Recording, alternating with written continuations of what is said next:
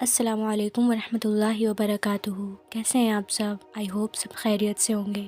آج میں آپ لوگوں کو ایک واقعہ سناؤں گی جو آئی ہوپ ہمارے لیے عبرت کا باعث بنے۔ جانتے ہیں توبہ نصوح کیا ہے؟ نصوح ایک عورت نما آدمی تھا، باریک آواز، بغیر داڑھی اور نازک اندام مرد۔ وہ اپنی ظاہری شکل و صورت سے فائدہ اٹھاتے ہوئے زمانہ حمام میں عورتوں کا مساج کرتا اور میل اتارتا تھا۔ کوئی بھی اس کی حقیقت نہیں جانتا تھا، سبھی اسے عورت سمجھتے تھے۔ یہ طریقہ اس کے لیے ذریعہ معاش بھی تھا، جس سے عورتوں کے جسم سے لذت بھی لیتا تھا۔ لیکن کئی بار اس کی ضمیر اس کو یہ کام کرنے کی اجازت نہیں دیتی تھی۔ اس نے اس کام سے توبہ بھی کرنے کی کئی بار کوشش کی، لیکن بار بار توبہ توڑ دیتا تھا۔ ایک دن بادشاہ کی بیٹی حمام گئی۔ حمام اور مساج کرنے کے بعد پتہ چلا کہ اس کا موتی ہیرا کھو گیا ہے۔ بادشاہ کی بیٹی نے حکم دیا کہ سب کی تلاشی لی جائے۔ سب کی تلاشی لی گئی، لیکن ہیرا نہیں ملا۔ نصوح رسوائی کے ڈر سے ایک جگہ چھپ گیا۔ جب اس نے دیکھا کہ شہزادی کی کنیزیں اسے ڈھونڈ رہی ہیں تو سچے دل سے خدا کو پکارا اور خدا کی بارگاہ میں دل سے توبہ کی اور وعدہ کیا کہ آئندہ کبھی بھی یہ کام نہیں کروں گا، میری لاج رکھ لے مولا۔ دعا مانگ ہی رہا تھا کہ اچانک باہر سے آواز سنائی دی کہ نصوح کو چھوڑ دو، ہیرا مل گیا ہے۔ نصوح نے آنکھوں سے شہزادی سے رخصت لے کر گھر آ گیا۔ نصوح نے قدرت کا کرشمہ دیکھ لیا تھا، ہمیشہ ہمیشہ کے لیے اس کام سے توبہ کر لی۔ کئی دنوں سے حمام نہ جانے پر ایک دن شہزادی نے بلاوا بھیجا کہ حمام آ کر میرا مساج کرے، لیکن نصوح نے بہانہ بنایا کہ میرے ہاتھ میں درد ہے، میں مساج نہیں کر سکتا ہوں۔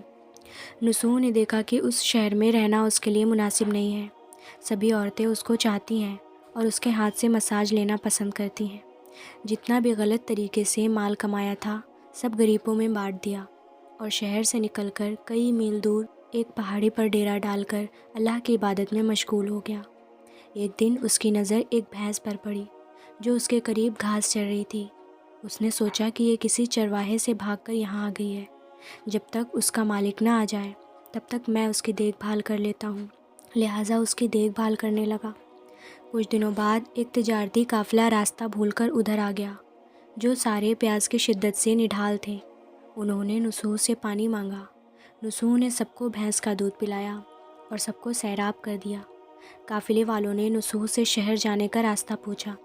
نصوح نے ان کو آسان اور نزدیک راستہ دکھایا۔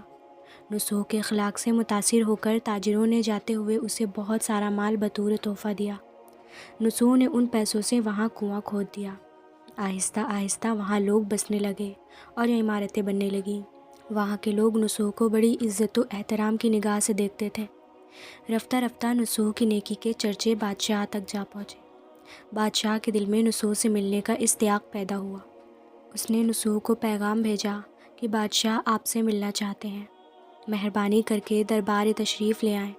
جب نصوح کو بادشاہ کا پیغام ملا اس نے ملنے سے انکار کر دیا اور معذرت چاہی کہ مجھے بہت سارے کام ہیں، میں نہیں آ سکتا۔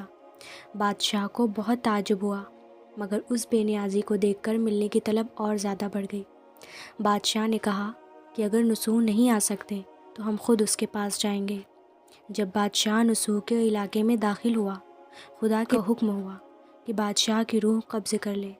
چونکہ بادشاہ بطور عقیدت مند نصوح کو ملنے آ رہا تھا اور رعایا بھی نصوح کی خوبیوں کی گروید تھی، اس لیے نصوح کو بادشاہ کے تخت پر بٹھا دیا گیا۔ نصوح نے اپنے ملک میں عدل و انصاف کا نظام قائم کیا۔ وہیں شہزادی جسے عورت کا بھیس بدل کر ہاتھ لگاتے ہوئے بھی ڈرتا تھا، اس شہزادی نے نصوح سے شادی کر لی۔ ایک دن نصوح دربار میں بیٹھا لوگوں کی دادرسی کر رہا تھا کہ ایک شخص کہنے لگا کہ کچھ سال پہلے میری بھینس گم ہو گئی تھی، بہت ڈھونڈا مگر نہیں ملی، برائے مہربانی میری مدد فرمائیں۔ نصوح نے کہا کہ تمہاری بھینس میرے پاس ہے، آج جو کچھ میرے پاس ہے وہ تمہاری بھینس کی وجہ سے ہی ہے۔ نصوح نے حکم دیا کہ اس کے سارے مال اور دولت کا آدھا حصہ بھینس کے مالک کو دیا جائے۔ وہ شخص خدا کے حکم سے کہنے لگا، اے نصوح، جان لو نہ میں انسان ہوں اور نہ ہی وہ جانور بھینس ہے، بلکہ ہم دونوں فرشتے ہیں، تمہارے امتحان کے لیے آئے تھے۔ یہ سارا مال و دولت تمہارے سچے دل سے توبہ کرنے کا نتیجہ ہے، یہ سب کچھ تمہیں مبارک ہو۔ وہ دونوں فرشتے نظروں سے غائب ہو گئے۔ اسی وجہ سے سچے دل سے توبہ کرنے کو توبہ نصوح کہتے ہیں۔ تاریخ کی کتاب میں نوح کو بنی اسرائیل کے ایک بڑے عابد کی حیثیت سے لکھا گیا ہے۔ سبحان اللہ۔ تو یہ تھا آج کا واقعہ میرے پیارے بھائیوں اور بہنوں۔ اگر ہم سچے دل سے توبہ کریں تو اللہ تعالیٰ ایسے ہی ہمارے تمام راستے بناتے جاتا ہے۔ ہم اللہ کے آگے جھکتے ہیں اور اللہ ہمیں سربلندی عطا فرما دیتا ہے۔ سبحان اللہ۔ تو میرے پیارے بھائیوں اور بہنوں، آئی ہوپ آپ کو آج کے اس ویڈیو سے کچھ سیکھنے کو ملا ہوگا۔ میں لے کر کے آؤں گی انشاءاللہ ایک اور نئی ویڈیو۔ اجازت چاہوں گی۔ السلام علیکم۔